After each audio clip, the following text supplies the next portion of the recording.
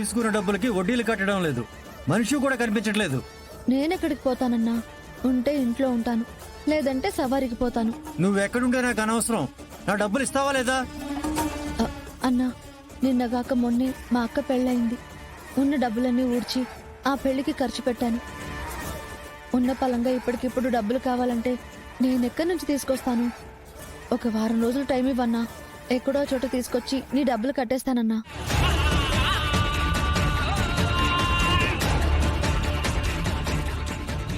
నీ బాధ నాకు అర్థమైంది పాప.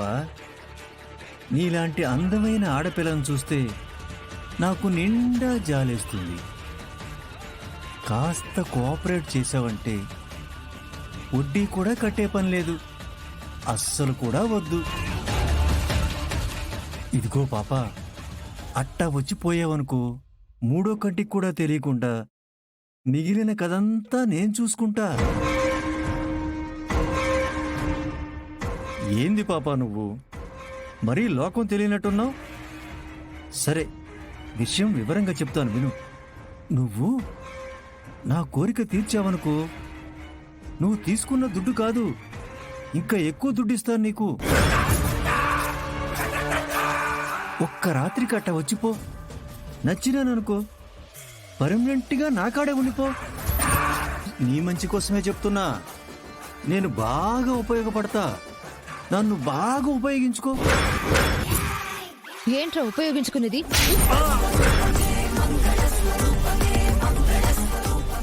ఆడపిల్ల అంటే అంత తమాషాగా ఉందా నీకు? కష్టాన్ని నమ్ముకుని బతికేదాన్ని. కష్టాన్ని నమ్ముకుంటే ఆ కష్టం నిన్ను కాపాడుతుందని మా అన్నయ్య చిన్నప్పుడు చెప్పాడురా. నేనేంటో నా క్యారెక్టర్ ఏంటో తెలియకుండా నీ ఇష్టం వచ్చినట్టు మాట్లాడతావా? ఇంకొకసారి ఇలా పిచ్చి పిచ్చిగా వాగావంటే చెప్పు తెగేలా కొడతా. పోరా అవతలకి. ఏంటన్నా, ఏమైందన్నా? ఇది చాలా ఎక్కువ చేస్తుందిరా.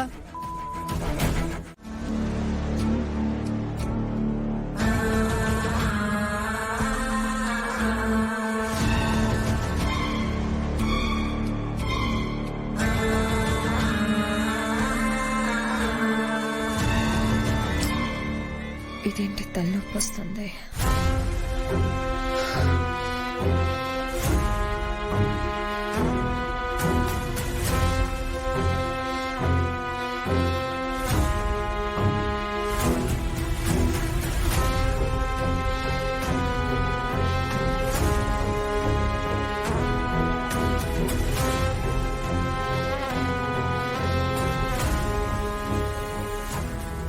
దుర్గా, ఏమైంది? ఏం లేదండి, కాస్త తలనొప్పిగా అనిపిస్తే ఇలా వచ్చి కూర్చున్నాను. అయ్యో, తలనొప్ప? జ్వరం ఏమైనా వచ్చిందా? డాక్టర్ని పిలవమంటావా? అదంతా ఏం అవసరం లేదండి, జస్ట్ తలనొప్పి మాత్రమే, తగ్గిపోతుందిలేండి. అలా ఎలా తగ్గిపోతుంది? టాబ్లెట్ వేసుకోవాలి కదా. అవసరం లేదండి. అవసరం లేదంటావేంటి? తలనొప్పి వచ్చి బాధపడుతుంటేనే కదా ఇలా వచ్చి కూర్చున్నావు. అయినా నేను ఏమన్నా రోడ్డు మీదకి వెళ్ళి తీసుకొస్తున్నానా? ఇంట్లోనే కదా. ఒక్క నిమిషం.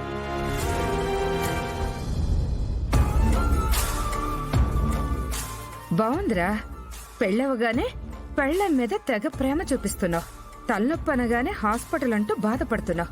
దీనికి అదృష్టం దరిద్రం పట్టినట్టు పట్టింది. ఎన్ని ప్రయత్నాలు చేసినా పెళ్లి ఆపలేకపోయాం.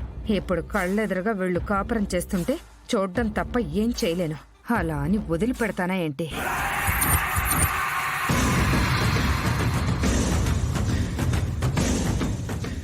ఇదిగోండి, టాబ్లెట్ వేసుకోండి. అయ్యో చా, వాటర్ తీసుకురావడం మర్చిపోయాను. వెళ్ళి నీళ్లు తీసుకొస్తాను. వద్దులండి, గదిలో ఉన్నాయి కదా, నేను వెళ్ళి టాబ్లెట్ వేసుకుంటాను. ఏం ఇబ్బంది లేదుగా? ఇబ్బంది ఏముంది, టాబ్లెట్ ఇచ్చారు కదా. సరే, జాగ్రత్త. ఏమైనా అవసరమైతే మాత్రం నాకు ఫోన్ చేయి. అంతగా కావాలంటే డాక్టర్నైనా పిలుస్తాం, లేదంటే హాస్పిటల్కి వెళ్తాం. అంత అవసరం ఏమి ఉండదులేండి, మీరు వెళ్ళి పడుకోండి. నా సంగతి సరేలే, నువ్వు వెళ్ళి రెస్ట్ తీసుకో దుర్గా.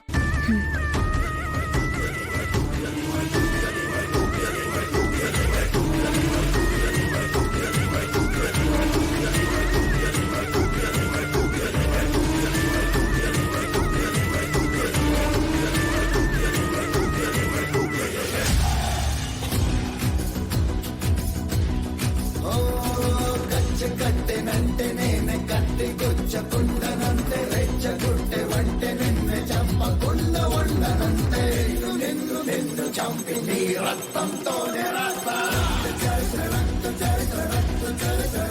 వ్రతం మొదలయ్యాక వస్తుందా ఏం మీ కూతురు? ఏమైందమ్మా, ఎందుకు వస్తున్నారు? చూడునా, ఈ మాత్రం కోడలు యాడ దొరకదని చెప్పేసి తెచ్చి నెత్తిన పెట్టుకునుండావు. ఇంట్లో వ్రతం పెట్టుకుని ఆ పిల్ల ఇంతవరకు లేవకుండా పడుకొని ఉండదంట.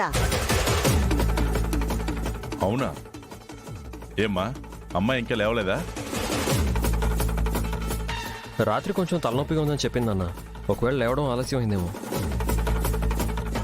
బానే వెనకేసుకొస్తుండవరా పెళ్ళాన్ని. తలనొప్పుంటే రాత్రంతా ఉంటాదా ఏమి? సరే ఉంటే ఉంటది.